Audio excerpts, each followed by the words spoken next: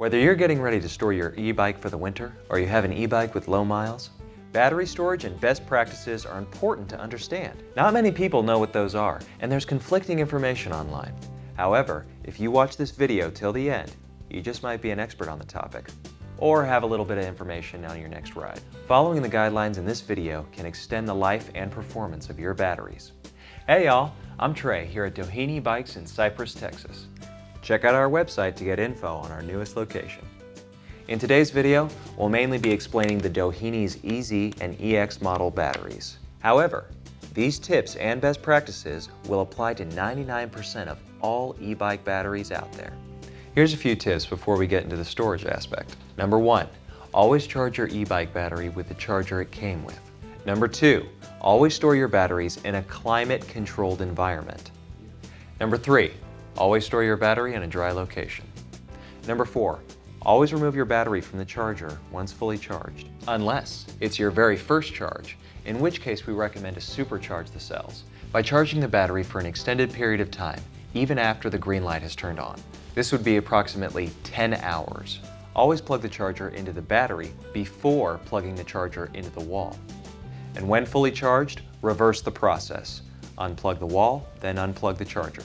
As some of you are aware, winter is coming. Yes. And your battery does not like extreme temperatures.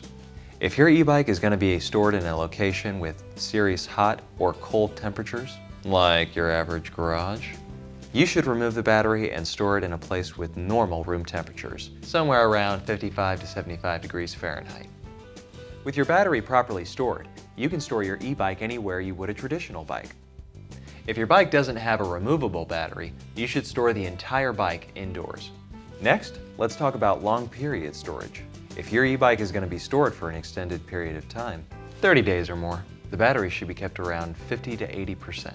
Your battery should never be stored fully charged or fully drained.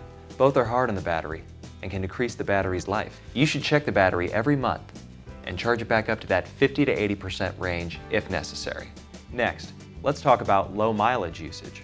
With this range of 50 to 80% in mind, people who use their bikes infrequently and for short distances usually don't need to charge their batteries after every ride.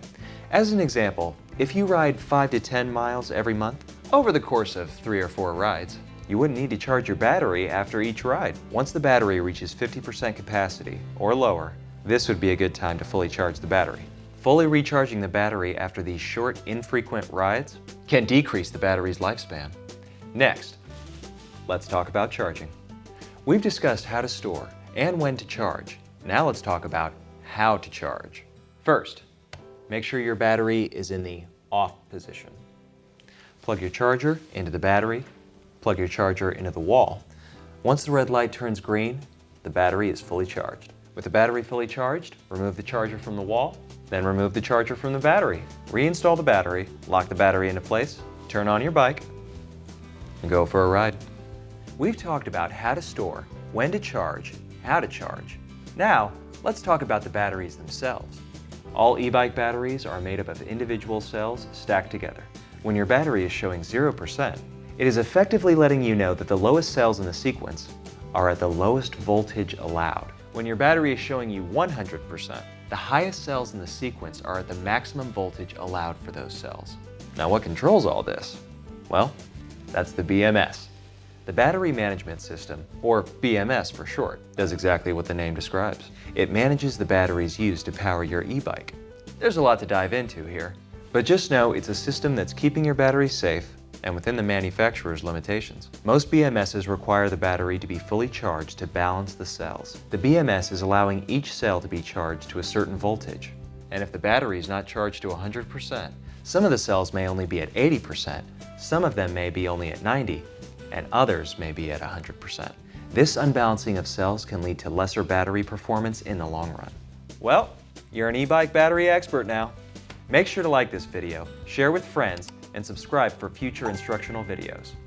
From all of us at Doheny, we hope you're living your best life, and we hope Doheny can make it better.